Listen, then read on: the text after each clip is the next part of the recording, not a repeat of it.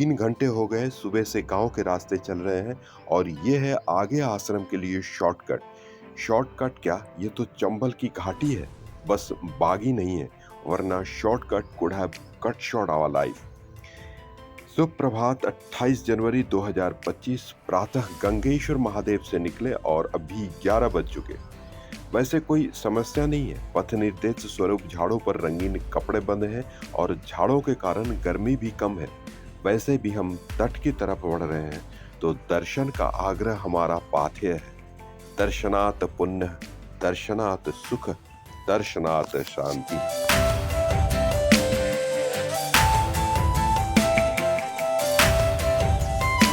सीधा पथ सिमरेला गांव को और दाहिने तट की ओर आश्रम का रास्ता। शांति धाम एकदम तट पर बना और दक्षिण के बारांदे पर शिवलिंग।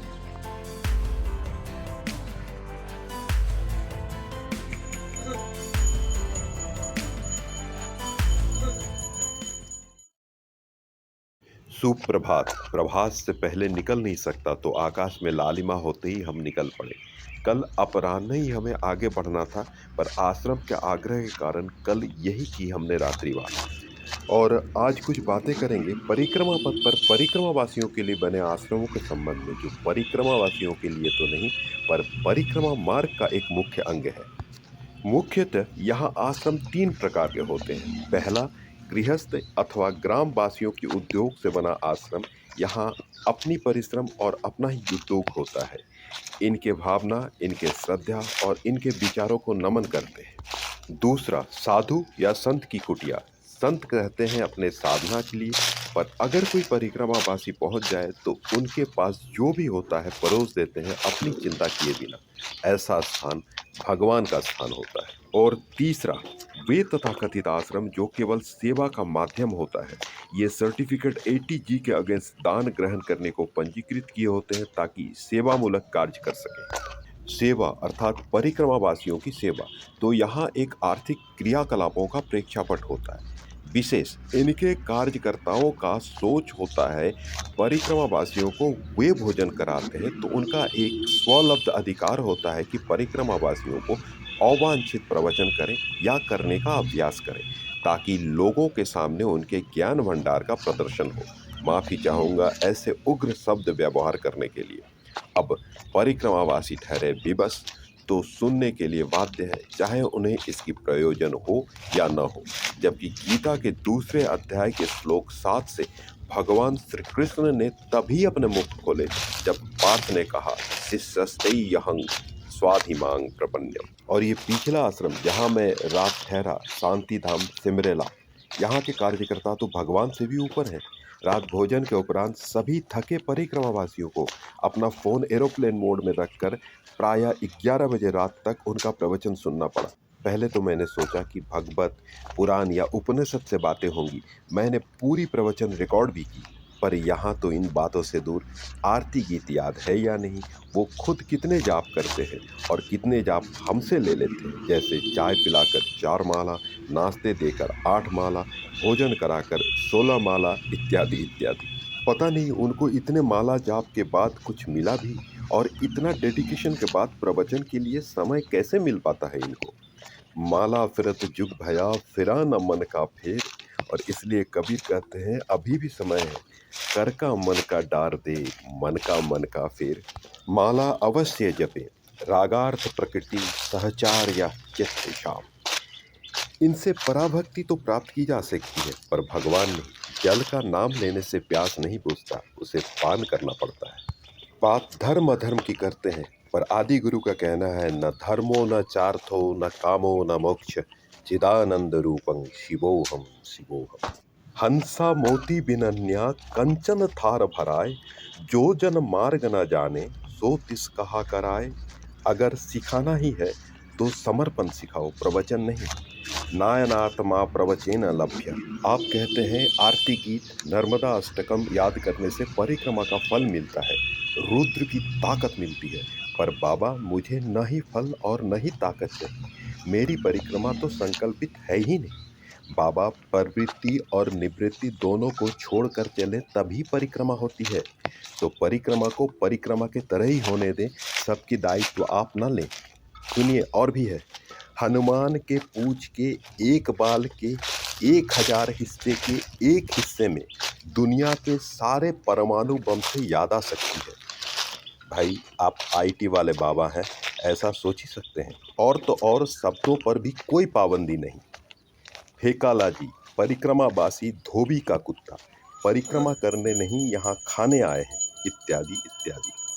विवश मैं केवल दृष्टा भिन्न कुछ न बन सका और दृष्टा बना रहा फला फूला गांजे गाज से सुशोभित उस आश्रम प्रांगण का। आश्रम के मुख्य उद्योक्ता फक्कड़ बाबा कुंभ हेतु अनुपस्थित थे। पता नहीं वे होते तो इसे कैसे लेते। ऐसे साधुओं के लिए आदि गुरु का एक स्तोत्र बहुत याद आ रहा है।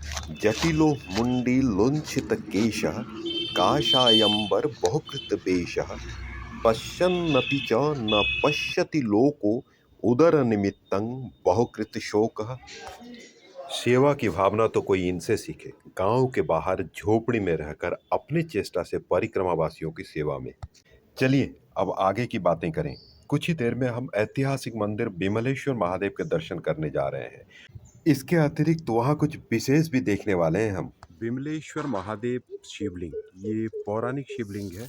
बाद में महारानी चंद्रावती होलकर ने इस मंदिर का जीर्णोद्धार किया। फिर मंदिर का प्रवेश द्वार बिमलेश्वर में, ये बिमलेश्वर महादेव का मंदिर। बिमलेश्वर महादेव,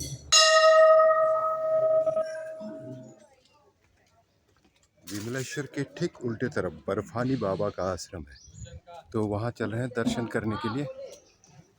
बर्फानी बाबा के इस आश्रम में उनके आसन वाले कमरे में एक ज्योत जल रही है पिछले 10 सालों से, जब से वो पैदल बद्रीनाथ से यहाँ आए थे। पर वहाँ कोई भी चित्र लेना मना है, कोई वीडियो बनाना मना है, तो मैं आपको दिखा नहीं पाया। पर बहुत ही काम एंड क्वाइट जगह है। आश्रम के बाहर ही ऊंचाई पर एक और मंदिर है, अभी हम वहीं चल रहे हैं। वहाँ कुछ देखने वाले हैं हम।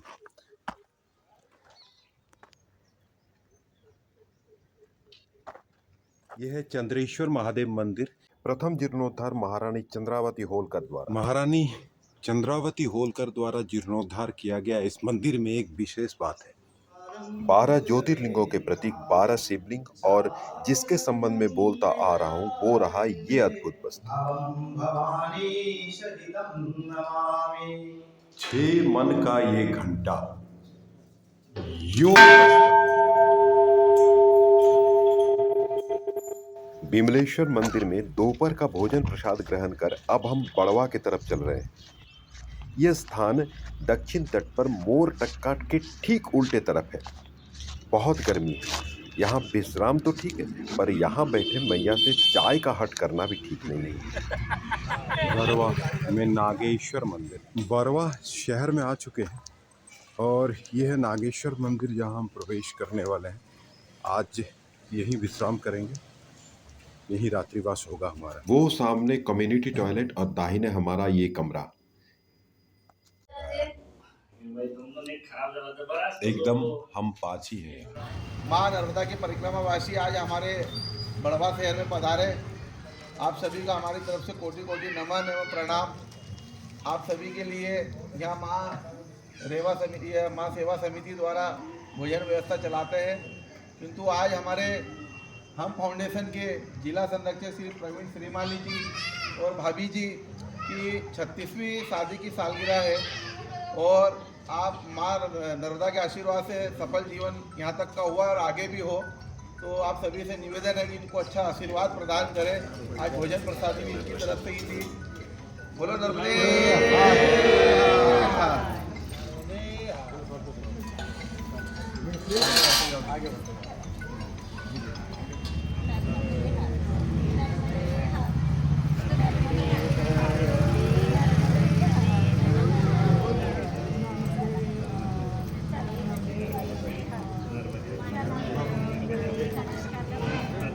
लगेच निघा.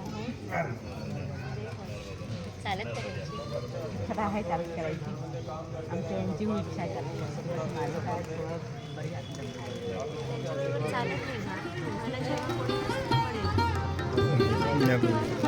मातुश्री